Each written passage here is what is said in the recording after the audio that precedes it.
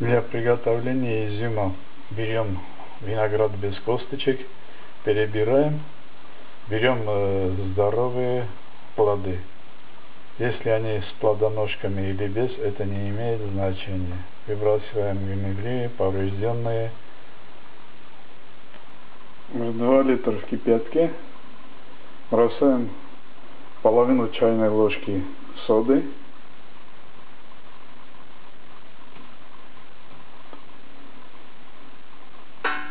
И моем виноград друшлаком в этой воде, чтобы чистили от наружного воска.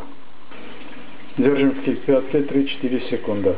Снимаем оттуда, моем холодной водой.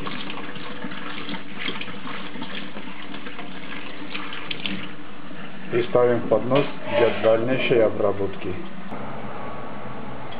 Это подготовили сегодня.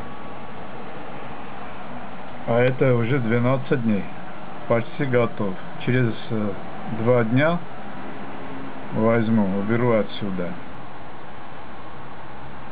Вот этот виноград я стелил на балконе 15 дней тому назад.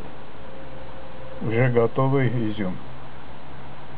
А вот это я стелил неделю назад. И через неделю она тоже будет готова. Тут на балконе. Не надо сушилки, ничего.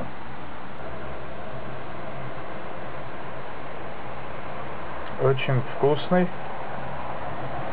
Перед употреблением моешь и все. Готово. Приятного аппетита.